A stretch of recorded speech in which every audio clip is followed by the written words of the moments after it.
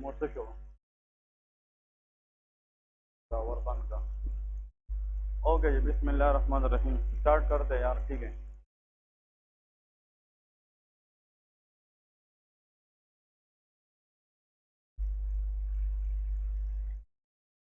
आज हम next topic पढ़ेंगे, that is about ECG interpretation. ठीक है, वेरी इंपॉर्टेंट वन। ओके जी, ईसीजी ये मैंडेटरी स्टेशन है, इसका स्टेशन जरूर आता है ओसी के अंदर। तो ईसीजी के बारे में याद रखें, ईसीजी स्टैंड फॉर इलेक्ट्रोकार्डियोग्राफी। तो इट्स मीन कि अगर ईसीजी की डेफिनेशन कोई पूछे तो remember, when electrical activity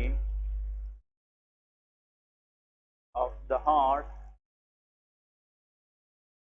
is represented represented graphically। ठीक है, graphically that is called ECG. इसका मतलब ये है कि अगर हम हार्ट की जो इलेक्ट्रिकल एक्टिविटी है वो किसी ग्राफ पे रिप्रेजेंट करें तो उसको क्या कहते हैं, ईसीजी कहते हैं। इसको लोग ईकेजी भी कहते हैं, कुछ ईकेजी कहते हैं, कुछ ईसीजी कहते हैं। लेकिन बात यह है कि हार्ट की जो इम्पल्सेस है, एक्टिविटी है, अगर इसको हम एक ग्राफ पे रिप्रेजेंट करें उसको हम ईसीजी कहते हैं। ईसीजी में जो वाइवा क्वेश्चन है इसके कंपोनेंट्स देखें। What are the components? ECG के कंपोनेंट्स क्या हैं? ईसीजी के अंदर कुछ वेव्स होती है, कुछ कॉम्प्लेक्सेस होती है, ये नाम सुने ना, ठीक है। तो ईसीजी कंटेन वेव्स, ठीक है, वेव्स, ठीक है। तो for example P wave, ECG में क्या होता है, पी वेव, क्यू वेव, ठीक है, Q wave, R wave, R wave and S wave, ठीक है, और इसके बाद T wave. So these are the different waves in ECG, P, Q, R, S and T wave। ये हमारे पास किसी भी स्ट्रिप के अंदर ये वेव्स आती है। इसके बाद नेक्स्ट, ECG कंटेन कॉम्प्लेक्सेस। इसमें कॉम्प्लेक्सेस होती है, ठीक है, complexes. For example the best complex is QRS complex. ECG contain a complex known as QRS complex. देखिए, अगर हम Q की बात करें तो ये वेव है, R is a wave, S is a wave, लेकिन कॉम्बिनेशन ऑफ वेव को हम क्या कहते हैं, कॉम्प्लेक्स कहते हैं। तो QRS जनाब हमारे पास कॉम्प्लेक्स बन जाती है। तो एक इससे ज्यादा वेव की कॉम्बिनेशन को हम ECG में कॉम्प्लेक्स कहते हैं। फिर ECG के अंदर हमारे पास कहीं पे फ्लैट लाइन होती है, स्ट्रेट, इसको आइसो इलेक्ट्रिक लाइन कहते हैं। तो ECG consist of iso electric line, iso electric line, ठीक है। तो आइसो इलेक्ट्रिक लाइन के अंदर पी आर इंटरवल, ये नाम सुने कि नहीं, पी आर सेगमेंट भी कहा जाता है और पी आर इंटरवल भी। इसके बाद S T segment, S T segment. तो when we study ECG we should know this basic first. ECG contain wave, ECG contain complex and ECG contain isoelectric line. इसमें अगर changes आ जाए तो फिर ये एबनॉर्मेलिटीज हो सकती है। अब देखिए यहाँ पे जो मेन कंसेप्ट हम याद रखेंगे फिजियोलॉजी के लिए, ईसीजी, इसकी जो स्ट्रिप है दैट इज पी वेव, फिर इसके बाद स्ट्रेट लाइन है, फिर क्यू आर एस कॉम्प्लेक्स है इस तरह, और इसके बाद टी वेव है। तो ये जनाब एक नॉर्मल ईसीजी स्ट्रिप है। तो the first deflection is called P wave, फिर इसके बाद क्यू आर एस कॉम्प्लेक्स है, ठीक है, और लास्ट इज टी वेव। तो जब हम ईसीजी पढ़ते हैं तो किसी पार्टिकुलर ईसीजी के सिंगल स्ट्रिप में ये कंपोनेंट्स होनी चाहिए, ठीक है। अब देखें, अगर ये स्ट्रेट लाइन है, ये इससे डिफ्लेक्शन है, अपवर्ड डिफ्लेक्शन है, ये क्या है, डाउनवर्ड डिफ्लेक्शन है। स्ट्रेट लाइन से चाहे डिफ्लेक्शन अपवर्ड हो या डाउनवर्ड हो, एनी डिफ्लेक्शन, डिफ्लेक्शन से मुराद चेंज है। अगर ये स्ट्रेट लाइन है ना, स्ट्रेट लाइन, तो इससे नीचे चेंज है, और ये स्ट्रेट लाइन से ऊपर है। तो स्ट्रेट लाइन से चाहे ईसीजी में अपवर्ड डिफ्लेक्शन आ जाए या कौन सा आ जाए, downward, that is called wave. Wave से मुराद डिफ्लेक्शन है, चेंज है। तो ये अपवर्ड चेंज है, ये क्या है, डाउनवर्ड है। ये कौन सा है, अपवर्ड है, तो ये क्या है, डाउनवर्ड है, और ये भी अपवर्ड है। इसका मतलब any deflection in the ECG is called wave.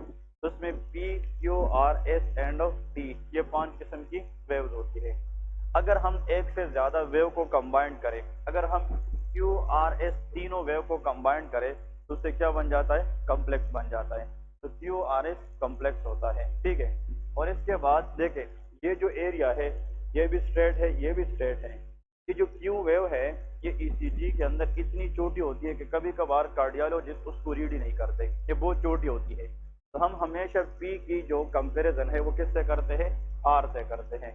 इसलिए इस लाइन को हम PR इंटरवल कहते हैं। मतलब ये आइसो इलेक्ट्रिक क्या है, लाइन है। ये भी आइसो इलेक्ट्रिक लाइन है, लेकिन ये S से लेके कहाँ तक है, T। इसको हम ST सेगमेंट कहते हैं। क्लियर है। ECG में वेव्स है, ECG में कॉम्प्लेक्सेस है और ECG में आइसो इलेक्ट्रिक लाइन है। अब यहाँ पे 2 पॉइंट याद रखें। When the question comes depolarisation, depolarisation, depolarisation से मुराद हार्ट के अंदर सिस्टोल है, ठीक है। Systolic phase of the heart is depolarisation stage. Systole mean contraction phase of the heart. जब हार्ट कंट्रैक्ट करता है उसको सिस्टोल भी कहा जाता है और इसको हम डीपोलराइजेशन भी कहते हैं। लेकिन जब हम वर्ड यूज करेंगे रीपोलराइजेशन, ठीक है, रीपोलराइजेशन, तो रीपोलराइजेशन का मतलब डायस्टोल होता है। डायस्टोल से मुराद यह है कि that is relaxation phase of the heart. Clear है। तो depolarisation is a systolic phase but repolarisation is a diastolic phase, ठीक है जी। ये पॉइंट इंपोर्टेंट है। अब यहाँ पे आप लोगों ने एक डायग्राम ड्रा करनी है फिजियोलॉजिकली। फिजियोलॉजी हमारे पास क्या कहती है, फिजियोलॉजी में आप लोगों को नॉर्मल डायग्राम पता होना चाहिए। In the physiology, according to the CVS physiology, we have conducting system of the heart. ये नाम सुना है कि नहीं। हार्ट के अंदर एक सिस्टम होता है जिसको हम क्या कहते हैं, कंडक्टिंग सिस्टम। इस सिस्टम के जरिए इम्पल्स एक पार्ट ऑफ द हार्ट से दूसरे पार्ट में कंडक्ट होता है और वही कंडक्शन ऑफ द इम्पल्स की वजह से जो इलेक्ट्रिकल एक्टिविटी हम ग्राफिकली प्रेजेंट करते हैं तो क्या कहते हैं, ECG कहते हैं। अब देखें यहाँ पे इस तरह एक डायग्राम ड्रा करें और you people can write 4 chamber heart. ये 4 चेम्बर हार्ट है, ठीक है। This is a heart, this is a 4 chamber. यहाँ पे हमारे पास इस हार्ट के अंदर ऊपर जो 2 चेम्बर है दीज आर कॉल्ड एट्रियस और नीचे 2 को क्या कहते हैं, वेंट्रिकल्स कहते हैं। अब अगर आप लोग इसको नाम दे दे, दिस इज राइट एट्रियम। ये क्या है, राइट एट्रियम। तो इसके सामने क्या होता है, लेफ्ट एट्रियम, ठीक है जी।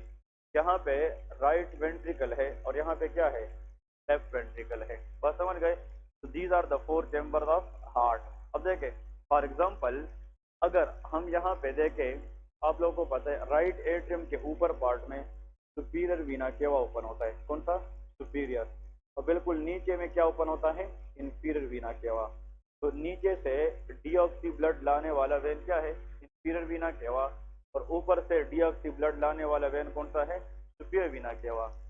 इंफीरियर वीना केवा एंड सुपीरियर वीना केवा both can drain into the right atrium.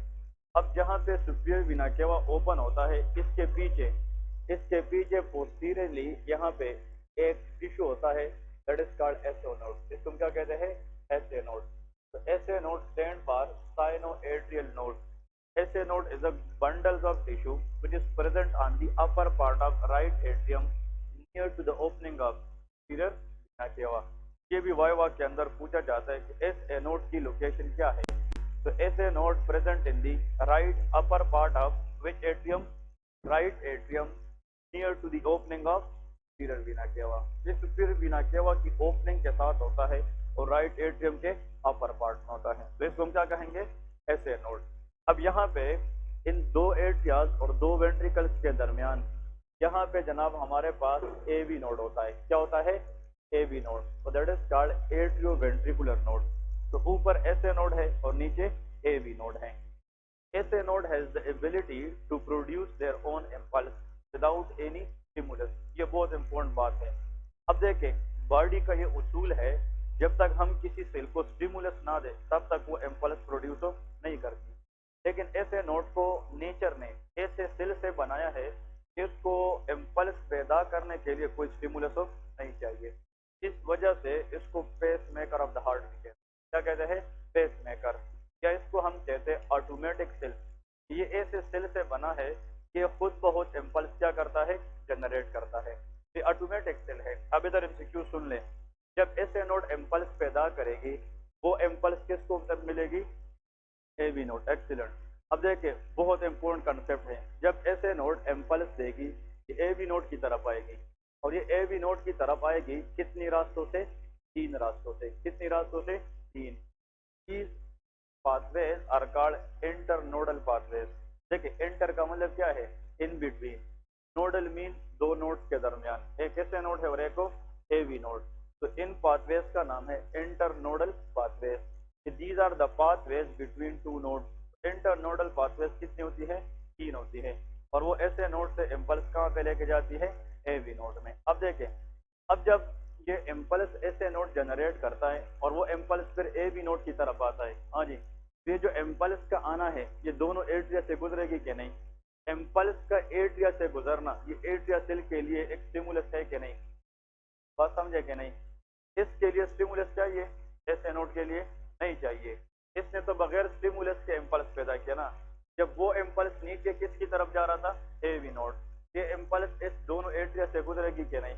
तो एट्रिया की सेल को ये स्टिमुलस देगी कि नहीं, और उस पर एट्रिया की सेल क्या करेंगे, contract, and that is called depolarization, जिसको सिस्टोल भी कहते हैं। तो हम कहते हैं कि जब ऐसे नोड से इम्पल्स किधर जाती है, ए बी नोड, तो रास्ते में एट्रियल कंट्रैक्शन होती है। एट्रियल क्या होती है, कंट्रैक्शन, जिसको हम एट्रियल सिस्टोल भी कहते हैं। हम समझ गए, ये बात समझ गए कि नहीं। तो जब एट्रिया कंट्रैक्ट करेगी, इधर देखें, एट्रियल सिस्टोल हो गया ना, एट्रियल सिस्टोल। तो जब आपने पेशेंट लेटाया है, फॉर एग्जाम्पल पेशेंट लेटाया है, भाई आपने उसको ईसीजी लीड लगाए है, ठीक है, और आप ईसीजी लगाते हैं, ईसीजी तो इलेक्ट्रिकल एक्टिविटी बता रहे ना, इसका मतलब इम्पल्स जाने को इलेक्ट्रिकल एक्टिविटी कहते हैं। अब इधर देखिए, जब ऐसे नोड के पास इम्पल्स था, ईसीजी पे कुछ आएगा, हाँ नहीं आएगा, मतलब ऐसे नोड के अंदर इम्पल्स से ईसीजी पे कुछ नहीं आएगा। जब वो इम्पल्स ऐसे नोड से किधर जाएगा, हाँ ए बी नोड, तो बीच में से एट्रिया की क्या होगी, कंट्रैक्शन। तो उस कंट्रैक्शन से ईसीजी पे असर पड़ेगा कि नहीं, और वो हमें शो होगा पी वेव की शक्ल में। तो P wave in ECG it shows atrial contraction. ये बहुत इंपॉर्टेंट है, ये बात समझ गए कि नहीं। तो इसका मतलब ये है, if the examiner ask you in the viva कि जो पी वेव है ये हमें क्या बता रहे हैं, तो दैट इज एट्रियल कंट्रैक्शन, या इसको हम कह सकते हैं एट्रियल डीपोलराइजेशन। हाँ जी, यस, क्योंकि कंट्रैक्शन मीन डीपोलराइजेशन, या इसको हम तीसरा नाम क्या दे सकते हैं, एट्रियल सिस्टोल। इसको क्या कह सकते हैं, एट्रियल सिस्टोल। बात समझ गए, हाँ सारे, ओके। अब इधर देखें, एट्रिया क्या हो चुकी है, कॉन्ट्रैक्ट। अब जब ये कॉन्ट्रैक्ट हो चुकी है तो जो इम्पल्स है वो किसके पास है, ए बी नोड। अब ये ए बी नोड उस इम्पल्स को थोड़ी देर तक रखेगा अपने पास, मतलब वेंट्रिकल को नहीं देगा। अगर ये वेंट्रिकल को भी गया तो वेंट्रिकल भी क्या होंगे, तो एट्रिया भी कंट्रैक्ट है, वेंट्रिकल भी कंट्रैक्ट है, तो हार्ट में फीलिंग होगी नहीं, तो हार्ट फेल हो जाएगा। इसलिए ए बी नोड का काम ये है, ये इम्पल्स को अपनी साथ थोड़ी देर तक रखे। इसको कहते हैं ए बी नोडल डिले। इसको क्या कहते हैं, ए बी नोडल डिले, नाम सुना है ना, that is called A B nodal delay. ये जो इम्पल्स है वो थोड़ी देर तक ए बी नोड के अंदर क्या करेगी, डिले करेगी। अब इधर देखें, जब ए बी नोड के अंदर इम्पल्स रहेगी तो फिर कोई एक्टिविटी होगी हार्ट में, हाँ जी, नहीं होगी।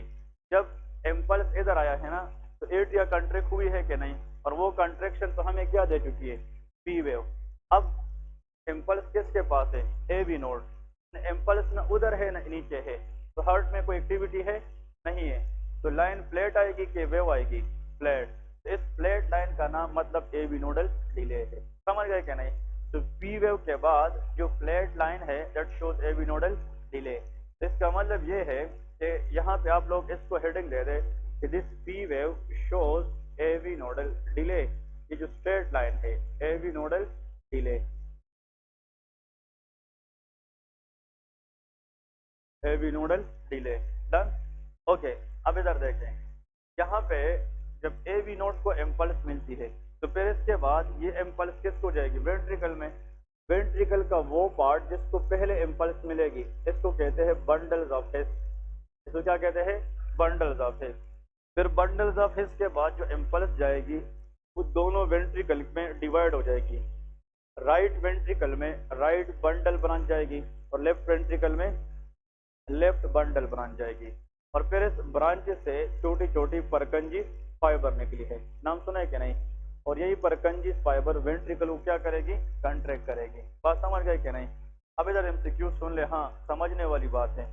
ये जो एरिया है इस एवी नोड से लेके बंडल्स ऑफ हिस तक, वेंट्रिकल का ये जो पार्ट है बहुत कम लोग जानते हैं, किसी ऑफिस एमओ से भी पूछे बहुत कम लोग जानते हैं।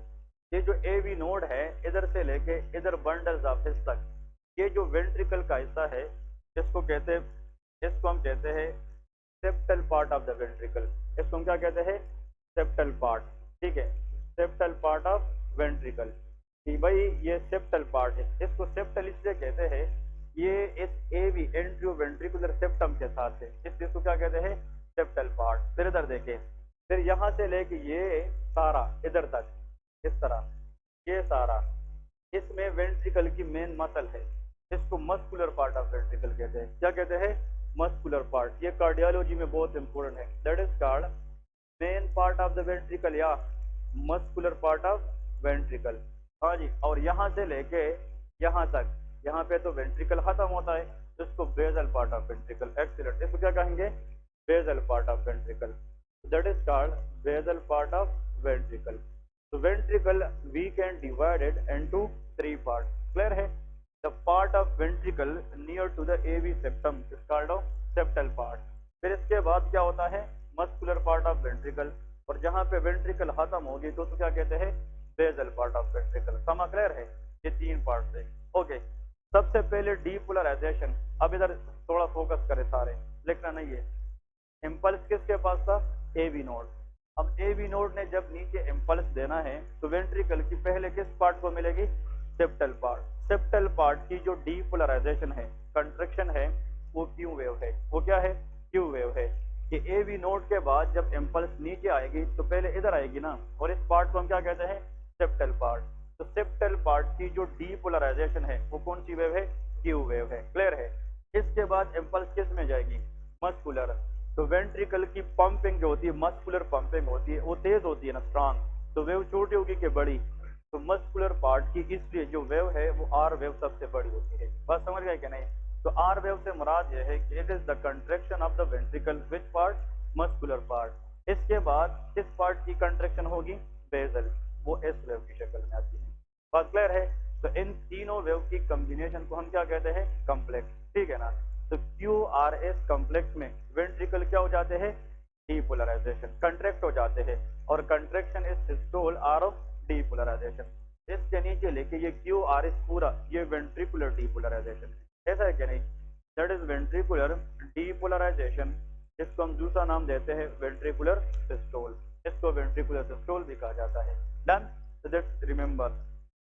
अब यहाँ पे क्वेश्चन आता है वाइवा के अंदर, आपसे अगर सर ये पूछे कि कैन यू टेल मी कि ventricular depolarization occur in which phase of the ECG, answer will be QRS. लेकिन अगर वो इस तरह बोले, can you tell me ventricle are completely depolarized in which stage of ECG, इसमें फर्क है। एक सेंटेंस नोट करें, ventricle depolarization occurring in which part of ECG, वो तो क्यूआरएस है। अकोरिंग मीन किस में हो रही है, ventricle completely depolarized in which phase of ECG. अब देखे यहाँ पे एस के अंदर तो कंप्लीट डीपोलराइजेशन हुई है कि नहीं। फिर देखे ये जो मेरी हाथ है ना, इसको आप समझ लें कि वेंट्रिकल है, ये क्या करना स्टार्ट कर गई है, कंट्रैक्शन। ये क्यूआरएस चल रहा है ना। अब जब ये पूरा अपने आप को क्या करे, कंट्रैक्ट, तो फिर इसी कंट्रैक्टेड फेज में थोड़ी देर तक इसी तरह रहते हैं, तो फिर इसमें कोई एक्टिविटी होगी नहीं होगी, तो फिर वो फ्लैट लाइन आएगी। ये जो एसटी सेगमेंट है, इसका मतलब इसमें वेंट्रिकल कंप्लीटली क्या है, डीपोलराइज्ड है। बात समझ गए कि नहीं? तो देखिए वर्ड में फर्क है, ventricle depolarization occurring in, answer is QRS, occurring in ventricle completely depolarized in ST segment. ठीक है, इसमें तो वेंट्रिकल की डीपोलराइजेशन होती है, लेकिन जब हो जाए तो थोड़ी देर तक उस स्टेज में रहेगी, तो वो फिर क्या आएगी, एसटी सेगमेंट। जब कुछ हो रहा है तो फिर डिफ्लेक्शन तो आ रही है ना वेव, लेकिन जब कंप्लीटली डीपोलराइज हो जाए तो स्टेट में रहेगी, तो उसमें कोई एक्टिविटी होगी नहीं होगी, तो फिर आइसोइलेक्ट्रिक लाइन होगा क्या नहीं, and that is ST segment. MI के अंदर, हार्ट अटैक के अंदर ईसीजी के जिस पार्ट पे इफेक्ट पड़ता है वो एसटी सेगमेंट होता है, इसलिए एमआई के अंदर एसटी सेगमेंट एलिवेशन होती है, या एसटी सेगमेंट डिप्रेशन भी हो सकती है। क्योंकि एमआई दो तरह की, ST segment elevation MI, non ST segment elevation MI। Clear है? तो यहाँ पे इसमें लिखे ventricle completely depolarise, ventricle completely depolarise, that is ventricle completely depolarise. Clear है जी? अब इसके बाद हाँ अहमदुल्ला, जब वेंट्रिकल कंप्लीटली क्या हो चुके हैं, डीपोलराइज, तो इसके बाद अब वेंट्रिकल वापस क्या होंगे, रीपोलराइज, जिसको हम रिलैक्सेशन फेज या डायस्टोलिक फेज कहते हैं। तो जब वेंट्रिकल रीपोलराइज होगी तो फिर भी कुछ चेंज तो आएगी क्या, नहीं, and that is showed by T wave. तो T wave is ventricle repolarization, जिसको हम वेंट्रिकल डायस्टोल कह सकते हैं या इसको हम वेंट्रिकल रिलैक्सेशन कह सकते हैं क्या, नहीं, यस, ठीक है। तो that is ventricle repolarisation. This is what interpretation of ECG is all about. Clear है? एक सिंगल स्टेप के अंदर आप लोग को इतना आना चाहिए कि ईसीजी की सिंगल स्टेप क्या बता रही है। अब इसमें इलेक्ट्रिकल एक्टिविटी स्टार्ट कहाँ से हुई थी, ऐसे नोड, और कंडक्टिंग सिस्टम के जरिए ये परकंजी फाइबर तक गई है और वेंट्रिकल कंट्रैक्ट करके ब्लड को बाहर निकाल चुकी है। तो ऊपर एट्रिया की डीपोलराइजेशन हुई थी, atrial depolarization, ventricle depolarization and ventricle repolarization. लेकिन ईसीजी में क्या चीज मिस है, एट्रियल रीपोलराइजेशन मिस है। डीपोलराइजेशन तो हुई है ना। अब इधर ये भी वाइवा क्वेश्चन, यार एट्रिया जब कंट्रैक्ट करे तो वो तो पी वेव है, लेकिन एट्रिया तो रिलैक्स भी करेगा ना, तो उसमें उसके बारे में कुछ भी नहीं है। ये बात समझ गए क्या, नहीं? अब इधर एमसीक्यू सुन ले, जब एट्रिया कंट्रैक्ट करे तो पी वेव आएगी, इसके बाद इम्पल्स किसको मिलेगी, एबी नोड, तो वो अपने साथ रखेगी, तो फिर ये फ्लैट लाइन आएगी, एबी नोडल डिले। और ये एमसीक्यू याद रखे 0.1 सेकंड होता है। कितना होता है, 0। ये जो एबी नोड है ये अपने पास इम्पल्स कितनी देर तक डिले करेगी, 0.1 सेकंड। अब सुन ले, जब यहाँ से फिर इम्पल्स एबी नोड से किधर जाएगी, वेंट्रिकल, तो वेंट्रिकल क्या स्टार्ट होगी, कंट्रैक्शन, तो उसी टाइम पे एट्रिया की क्या स्टार्ट होगी, रिलैक्सेशन। तो वेंट्रिकल कंट्रैक्शन इतना तेज होता है कि वो एट्रियल रिलैक्सेशन को हाइड कर देती है, तो हमें ईसीजी पे नजर नहीं आती। तो आप लोगों ने आंसर ये देना है एग्जामिनर को कि atrial repolarization is hide by ventricular depolarization. कि जब वेंट्रिकल की क्या होती है, डीपोलराइजेशन, ये एक वेव है कि कम्प्लेक्स है, कम्प्लेक्स, और ये इतना बड़ा जाता है कि वो एट्रिया की रिलैक्सेशन को हाइड कर देती है, तो हमें ईसीजी पे नजर नहीं आती। ठीक है जी, ये पॉइंट याद रखने हैं। इसमें कोई क्वेश्चन है तो शाबाश जल्दी कर लें, ये बहुत इंपॉर्टेंट है। और आप लोगों से हमें जब ईसीजी सामने दिखाते हैं ना आपकी के अंदर, वो सिर्फ आपको ये बताएंगे can you tell me the parts of ECG. आपने अगर ये पार्ट भी बोले आप पास हो जाएंगे, ठीक है ना। ये पी वेव बेसिक्स पता होना चाहिए, Q R S complex and T wave. फिर इसमें दो आइसो इलेक्ट्रिक लाइन होती है, P R interval and S T segment. P R interval के अंदर ए बी नोडल डिले होता है, एस टी सेगमेंट में वेंट्रिकल कंप्लीटली डीपोलराइज होते हैं। क्लियर है? Atrial repolarization is buried in the Q R S complex, तो हमें ईसीजी पे नजर नहीं आती। तो this what all about a single step of the ECG. ठीक है, ईसीजी के 12 लीड्स होती है। कितने लीड्स होती है, 12 लीड। वो आप लोगों से पूछेंगे नहीं, सिर्फ कितने लीड्स हम चेस्ट में लगाते हैं, 6। कितने लगाते हैं, 6। V1, V2, V3, V4, V5 and V6। तो V1 से लेके V6 तक जो लीड है वो हम कहाँ पे लगाते हैं, चेस्ट में। तो 12 लीड ईसीजी के अंदर, सिर्फ नाम याद रखें, ठीक है, 12 लीड ईसीजी। तो 12 लीड ईसीजी के अंदर हमारे पास V1 से लेके कहाँ तक, V6, जो हम चेस्ट पे लगाते हैं। फिर इसके अंदर 1, 2 एंड 3 ये भी लीड्स होती है। और आप लोगों को नाम सुना होगा AVF, AVL एंड AVR, ये भी लीड्स होती है, सिर्फ नाम आने चाहिए। तो 3 ये है और 3 ये है, ये 6 हो गए ना, 3, 3, 6 और ये भी 6 है। तो कितने लीड ईसीजी हो गई, 12 लीड। क्लियर है? बस आप लोगों ने सिर्फ इतना याद रखना है इन अ पर्टिकुलर ईसीजी, और ईसीजी फाइंडिंग के लिए सारे लीड का होना जरूरी भी नहीं है। हम 6-8 लीड लगाकर भी ईसीजी की एक्टिविटी मालूम कर सकते हैं। ये जो 6 है नीचे वाले, इसको लिम्स लीड कहते हैं, ये हम अपर लिम लोअर लिम में लगाते हैं, ठीक है। लेकिन ये जो V1 से लेके V6 तक है, ये कौन सा है, ये चेस्ट लीड्स होते हैं। बस इतना वाइवा याद रखे जितना आप लोग उधर बता सकते हैं, ठीक है। ज्यादा कुछ बोलोगे उसके अंदर वो ज्यादा वाइवा लेंगे। क्लियर है कि नहीं? एग्जामिनर को उतना बोले जितना आपके ऊपर कॉन्फिडेंट हो, यार मैं इतना ठीक कर सकता हूँ, और ना इतना वो ज्यादा डिटेल से पूछते, इतना टाइम नहीं होता इसमें, ठीक है। तो V1 से लेके V6 और फिर फर्स्ट टू सेकंड थ्री और AVF AVL एंड AVR, ठीक है। तो these are the leads we can use for ECG steps, ठीक है।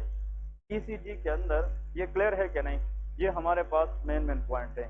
हाँ, ये नीचे ये मुख्तलिफ अपर लिम लोअर लिम में एडजस्ट कर देते हैं, ठीक है ना, लेकिन ये चीज जो है ये चिस्ट लीड्स होते हैं, ठीक है। इन लीड्स के अंदर चेंजेस को देखते ही हम ECG एबनॉर्मेलिटीज बताते हैं कि ECG में कौन सा चीज एबनॉर्मल है। बहुत आसान बात है, देखिए मैं आप लोगों को इधर से बताता हूँ। अगर एक पेशेंट है उसकी ये ECG है, आप लोगों के ख्याल में ये क्या है? हाँ, इसमें पी वेव है? नहीं है, पी वेव एब्सेंट है ना। पी वेव का मतलब, एब्सेंट का मतलब कि एट्रियल की डीपोलराइजेशन नहीं होती। इसका मतलब जब ये नहीं होती तो इम्पल्स ऊपर से नहीं आती। इसको हम एस एनोडल ब्लॉक कहते हैं। क्या कहते हैं? SA nodal block. जब पी वेव नहीं हो और नॉर्मल स्टेप हो, मतलब क्यू आर एस और टी ठीक है, लेकिन हमारे पास एस एनोड काम ना करे, अगर ये काम ना करे, ये ब्लॉक हो जाए, तो can it produce impulse? No. तो पी वेव कंट्रैक्ट हो नहीं होगी, तो पी वेव शो नहीं होगी। फिर रिजर्व पेसमेकर कौन सा होता है? AV node. तो फिर ये इम्पल्स पैदा करेगा, और ये जब इम्पल्स पैदा करेगा तो नीचे जाएगा। सबसे पहले क्या चीज आएगी? क्यू आर एस सबसे। अगर किसी की ECG क्यू आर एस से ही स्टार्ट होती है, उसमें पी वेव एब्सेंट होता है, इसका मतलब कि एस एनोडल ब्लॉक है। इसको साइनस ब्लॉक भी कहते हैं। क्या कहते हैं? साइनस ब्लॉक, ठीक है। तो हमने ECG एबनॉर्मेलिटीज इस तरह बतानी। PMC की तरफ से जो आप लोगों को ECG बताई गई है या आप लोगों ने करना है, और मैं इंशाल्लाह आप लोगों को लिख के देता हूँ, ECG में इससे हट के कोई चीज नहीं आती। Number 1 that is sinus tachycardia. कि आप लोगों को पता होना चाहिए कि साइनस टेकिकार्डिया की ECG किस तरह होती है, ठीक है। Tachycardia is a condition in which the heart rate is more than 100 beat per minute, ठीक है। एक होता है साइनस ब्रेडिकार्डिया, जिसमें हार्ट रेट 60 से क्या हो जाए? कम हो जाए, लेस देन। ये ECG आप लोगों को आनी चाहिए, ठीक है। Sinus tachycardia and sinus bradycardia. इसके बाद जो मोस्ट इंपोर्टेंट वो आप लोगों को देंगे, दैट इज मायोकार्डियल इंफार्क्शन, क्योंकि heart attack is very very common और इसकी ECG finding is very very important. तो हार्ट अटैक की ECG, MI की ECG आ सकती है। फिर इसके बाद the next ECG they most likely ask from you, that is called AV nodal block. ये नाम सुना है कि नहीं?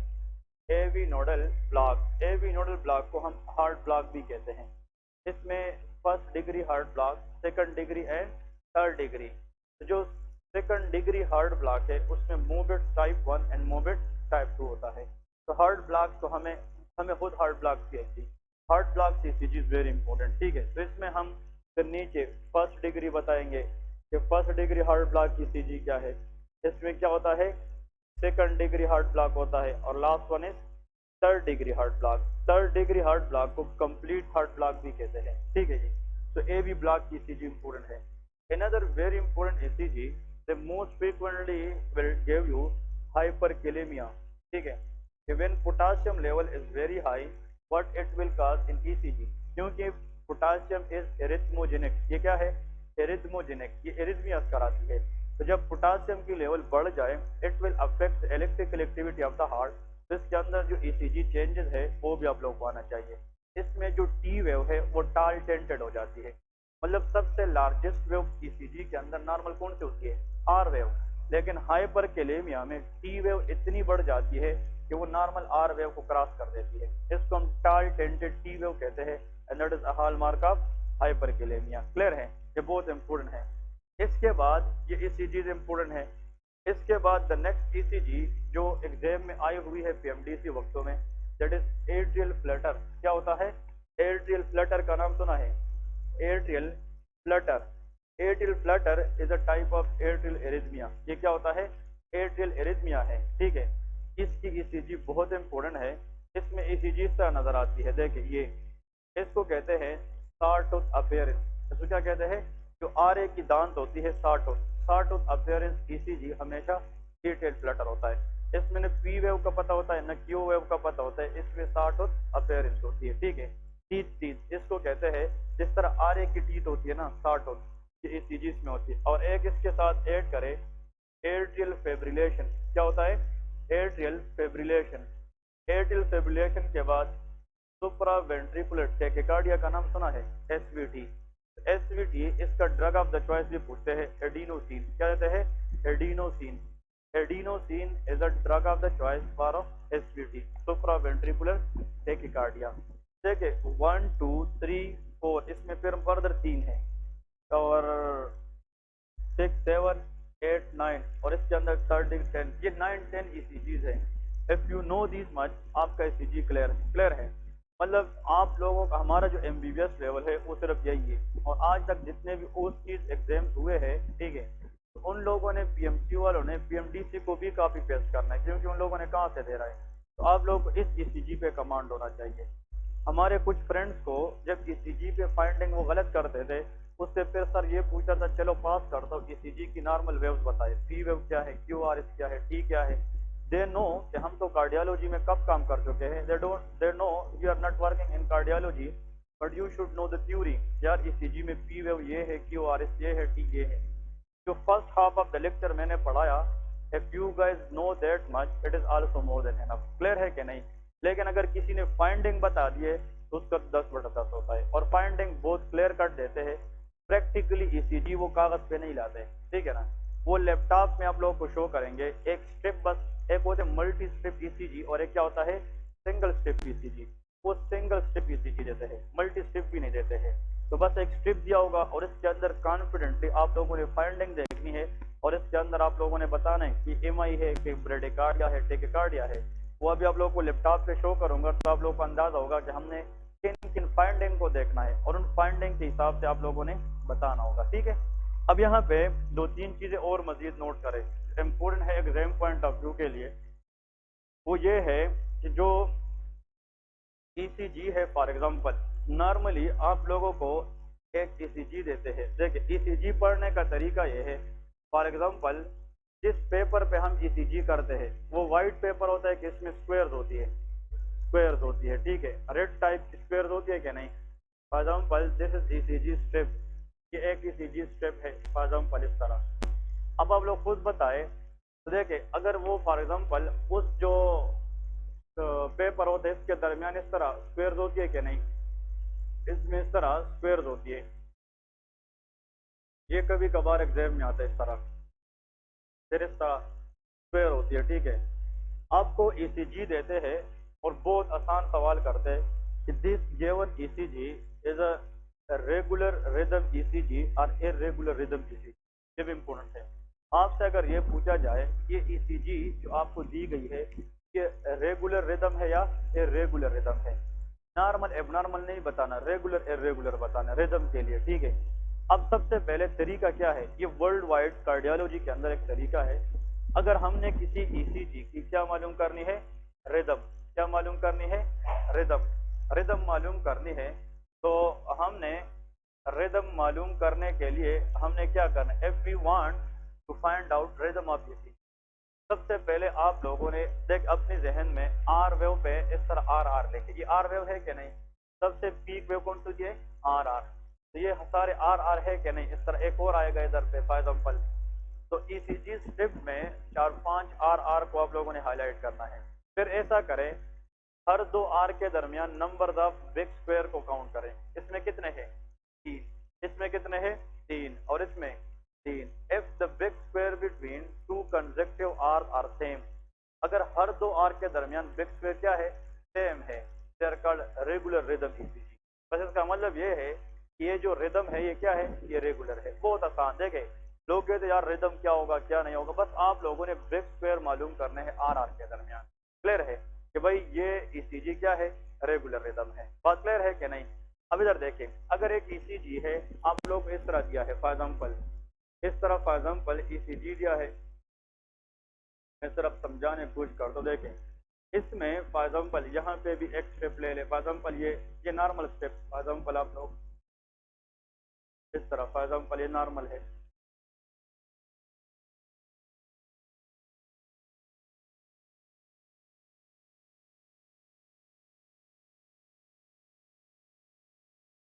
अब इसको देखिए रेगुलर है कि इर्रेगुलर है, ये इर्रेगुलर, हर दूसरा अपने ऊपर मैच नहीं करता, इसको इर्रेगुलर ईसीजी कहते हैं। क्या कहते हैं, इरेगुलर रिदम ईसीजी। कभी कभार क्या होता है, इधर देखे, इसको देखे, और फिर यहाँ पे दूसरा स्टेप, ये रेगुलर है, देखे इसमें ये नॉर्मल है, ये भी 4 है, ये भी 4, 3 स्टेप तक, 3 स्टेप में अगर एक चीज एक जैसी आ जाए वो क्या है, रेगुलर है। लेकिन फिर चौथा क्या है, इसको रेगुलरली इरेगुलर कहते हैं। क्या कहते हैं, रेगुलरली इरेगुलर ईसीजी। अगर 3 स्टेप्स में या 3 स्टेप के अंदर एक जैसा है, for example if you see the ECG and in the 3 consecutive between 2 hour in the patient ECG, the R wave is same, it means it is a regular rhythm ECG. But if the fourth one is different, that is called regularly irregular ECG. Clear है? Next point to be remember for the exam, अगर हर 2 R के दरमियान consecutive R के दरमियान ECG match ही नहीं करती, वो नॉर्मली क्या है, इरेगुलर रिदम है। लेकिन अगर हर 2 R के दरमियान नंबर्स ऑफ बिग स्क्वायर एक जैसी है तो फिर ये रेगुलर रिदम ईसीजी। बात समझ गए? इस तरफ डिस्क्रिप्शन आना चाहिए आप लोगों को। फिर यहाँ पे आप लोगों को ये तो हाई यील्ड पॉइंट है, इधर आते हैं रेगुलर रिदम हमेशा देते हैं, रेगुलर रिदम देंगे, फिर आपको बताएगा कि डॉक्टर साहब इसका हार्ट रेट मालूम करें। क्या बात, हार्ट रेट, इस पेशेंट की हार्ट रेट कितना है। अब देखें, हार्ट रेट आजकल ईसीजी खुद मॉनिटर करती है, जब ईसीजी दूसरी तरफ निकलती है तो हार्ट रेट भी आ जाता है। लेकिन वैसे एग्जाम में अगर इस तरह ईसीजी दी है और इसका आपने क्या मालूम करना है, हार्ट रेट, बहुत आसान। इसका एक फार्मूला है 300 divide by numbers of big square, ये लेके big square between R R, ठीक है, बिटवीन आर आर। इसका मतलब ये है, ये इसका एक फार्मूला है, ये 300 इसमें क्या है, फिक्स है, ये फिक्स है, ठीक है ना। तो जब हम रेगुलर रिदम ईसीजी की हार्ट रेट मालूम करते हैं, हम ऊपर क्या लिखते हैं, 300 और डिवाइड करते हैं नंबर्स ऑफ बिग स्क्वायर पे। तो आप लोग बताएं शाबाश।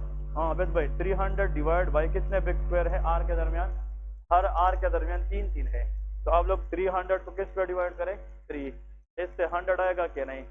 इस पेशेंट की 100 beat per minute, that is a heart rate, ये हार्ट रेट है। क्लियर है? दैट इज नॉर्मल और एबनॉर्मल, नॉर्मल है। 60 से लेके 100 तक दैट इज नॉर्मल। अगर ये 100 से ज्यादा आता तो फिर क्या होता, टेकिकार्डिया, और अगर ये 60 से कम आता तो ब्रेडिकार्डिया। क्लियर है?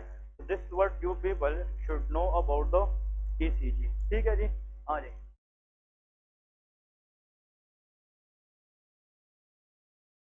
Okay very good. एक जो बिग स्क्वायर होता है, ये बिग स्क्वायर है ना, हर बिग स्क्वायर के अंदर 5 स्मॉल स्क्वायर होती है। कितनी होती है, 5, एक रो में।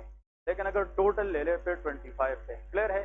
तो असल में यहाँ पे अगर ये बिग स्क्वायर है, सुन ले, दिस द बिग स्क्वायर, ठीक है, बिग स्क्वायर, इसका मतलब ये है इसके अंदर इस तरह 4 लाइनें होती है, तो फिर इसको हम इस तरह 4 लाइनों से हॉरिजॉन्टली डिवाइड करते हैं। ईसीजी पेपर में इस तरह होता है कि जो सिंगल रो है इसके अंदर कितनी स्मॉल स्क्वायर होती है, 5, लेकिन अगर पूरे ले ले तो 25 होती है। क्लियर है? लेकिन हमने एक रो की बात करनी है।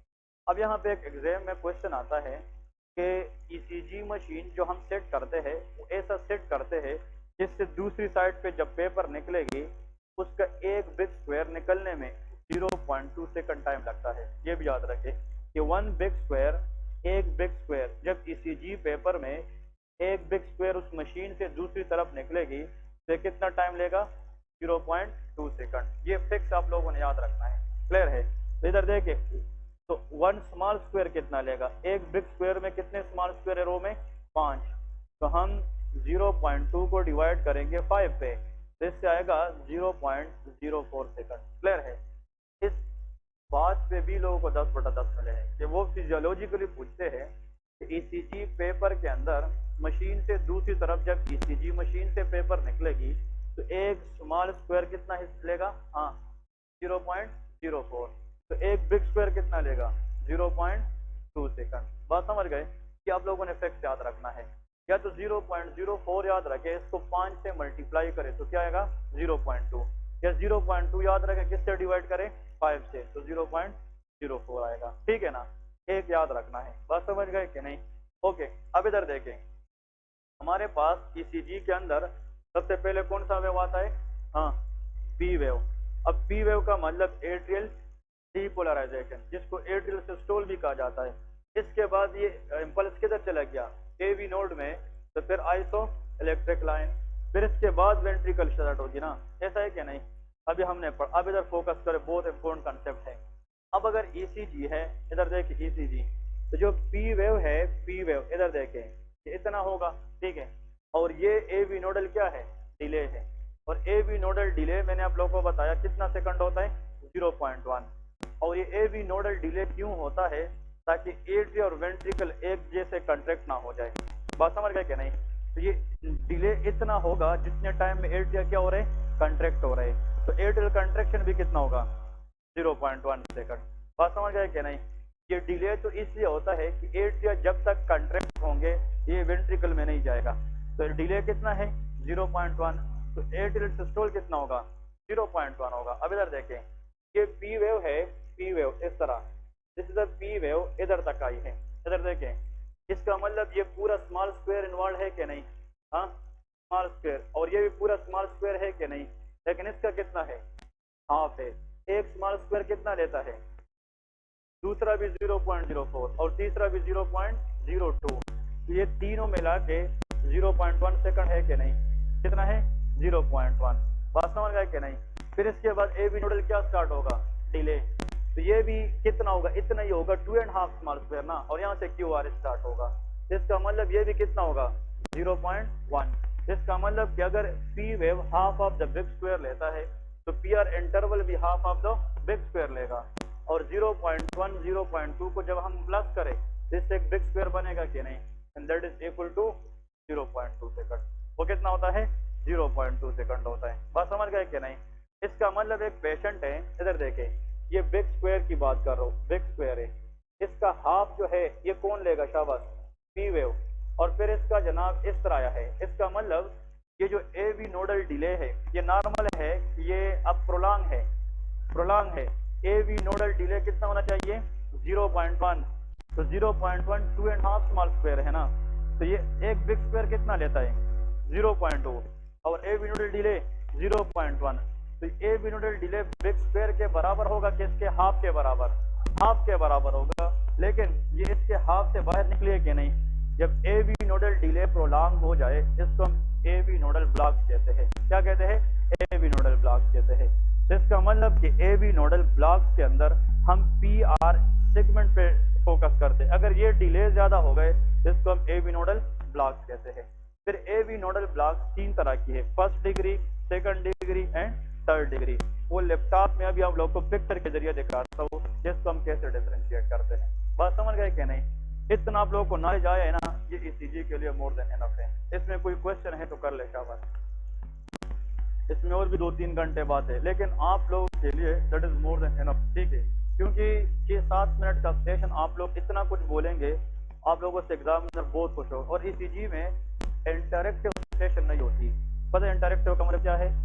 इंटरेक्टिव का मतलब ये है कि उधर ईसीजी लगाई होगी, मतलब लैपटॉप पे, और आप लोग लिखेंगे कि इसका आंसर क्या है और कागज रख के चले जाओगे, उसमें बातें भी नहीं होती।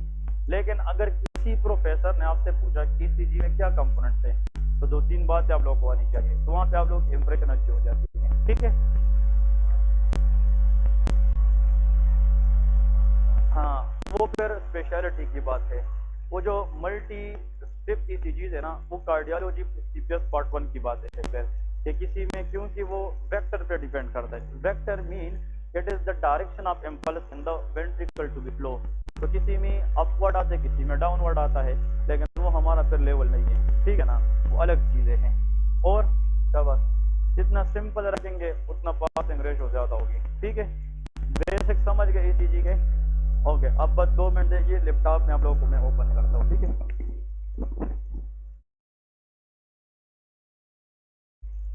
क्या यू वेव वो पैथोलॉजिकल है, ठीक है ना, you wave is always pathological. हमने अभी तक फिजियोलॉजी बताई है, अब जितनी पैथोलॉजी वो हम फिर इस लैपटॉप से हल करते हैं।